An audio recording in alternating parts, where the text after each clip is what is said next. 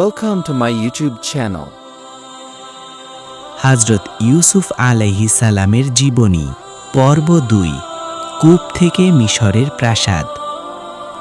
আগের পর্বে আমরা দেখেছি কিভাবে মহান নবী ইউসুফ হযরত ইউসুফ আলাইহিস সালামের ভাইয়েরা হিংসা ও ঈর্ষার কারণে তাকে একটি গভীর কূপে ফেলে দেয়।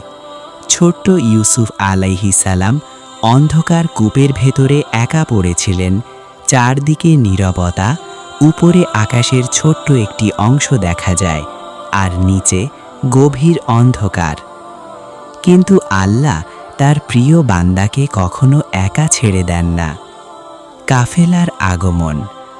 কিছু সময় পরে একটি বাণিজ্য কাফেলা সেই পথ দিয়ে যাচ্ছিল।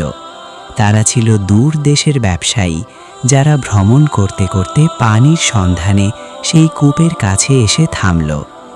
কাফেলার একজন লোক কূপ থেকে পানি তোলার জন্য একটি বালতি নামালো। বালতি যখন নিচে পৌঁছালো তখন ইউসুফ আলাইহিস সালাম সেটাকে ধরে ফেললেন। যখন লোকটি বালতি টেনে তুলল তখন সে অবাক হয়ে দেখল বালতির সাথে একটি অত্যন্ত সুন্দর শিশু উঠে এসেছে। সে আনন্দে বলে উঠল, সুসংবাদ, এখানে তো একটি ছেলে পেয়েছি।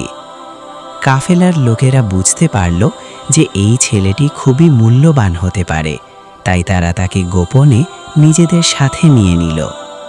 মিশরে নিয়ে যাওয়া। সেই কাফেলা ইউসুফ আলাইহিস সালামকে নিয়ে দীর্ঘ পথ পাড়ি দিয়ে পৌঁছালো ইজিপ্ট দেশে। তখনকার সময়ে দাস কেনা বেচা ছিল একটি সাধারণ বিষয়, তাই তারা ইউসুফ আলাইহিস সালামকে বাজারে দাস হিসেবে বিক্রি করার সিদ্ধান্ত নিল। অত্যন্ত দুঃখজনক বিষয় হলো একজন মহান নবীকে খুব অল্প দামে বিক্রি করা হলো, কারণ তারা দ্রুত তাকে বিক্রি করে লাভ করতে চেয়েছিল। মিশরের প্রভাবশালী ব্যক্তির বাড়ি। মিশরের একজন প্রভাবশালী ব্যক্তি ইউসুফ আলাইহিস সালামকে কিনে নিলেন। ইসলামী বর্ণনায় তাকে বলা হয় আল আজিজ অফ ইজিপ্ট, আল আজিজ। তিনি ইউসুফ আলাইহিস সালামকে দেখে বুঝতে পারলেন এই ছেলেটি সাধারণ কেউ নন। তিনি তার স্ত্রীকে বললেন, এই ছেলেটিকে সম্মানের সাথে রাখো, হয়তো সে আমাদের উপকারে আসবে অথবা আমরা তাকে সন্তান হিসেবে গ্রহণ করতে পারি। এইভাবে ইউসুফ আলাইহিস সালাম নতুন জীবনের শুরু করলেন মিশরের একটি প্রাসাদে। সৌন্দর্য ও চরিত্র। যখন ইউসুফ আলাইহিস সালাম বড় হতে লাগলেন তখন তার সৌন্দর্য ও চরিত্র সবাইকে মুগ্ধ করতে লাগল। তিনি ছিলেন অত্যন্ত সুন্দর, নম্র এবং জ্ঞানী। আল্লাহ তাকে শুধু সৌন্দর্যই দেননি, বরং জ্ঞান, বুদ্ধি এবং উত্তম চরিত্র দান করেছিলেন।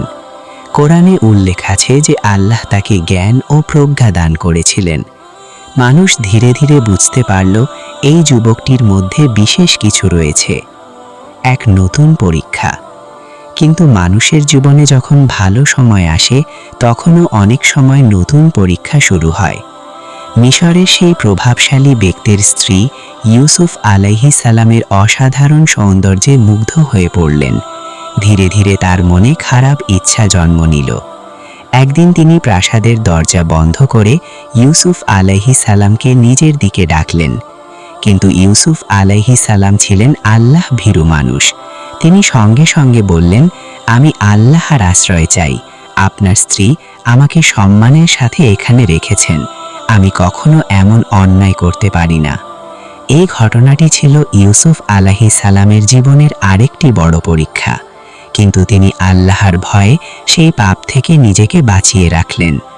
তবে এই ঘটনার পর পরিস্থিতি আরও জটিল হয়ে উঠল, কারণ এই ঘটনার কারণে ইউসুফ আলাইহিস সালামের জীবনে শুরু হতে যাচ্ছে নতুন এক কঠিন অধ্যায়। পরবর্তী পর্বে জানতে পারবেন কিভাবে মিশরের নারীদের ঘটনা ঘটল এবং শেষ পর্যন্ত কেন নির্দোষ হওয়া সত্ত্বেও ইউসুফ আলাইহিস সালামকে কারাগারে পাঠানো হলো। এমন আরও সুন্দর ইসলামিক গল্প, শিক্ষামূলক পোস্ট, কুইজ ও ভিডিও পেতে আমাদের সাথে যুক্ত থাকুন। ইসলামিক পেজ ও গ্রুপ দিনফ্লুয়েন্স by Hakimur, YouTube channel I am Hakimur Rahman 20। Islamic গল্প ও ভিডিও পেতে পেজটি ফলো করুন, গ্রুপে যুক্ত হন এবং ইউটিউব চ্যানেলটি সাবস্ক্রাইব করুন।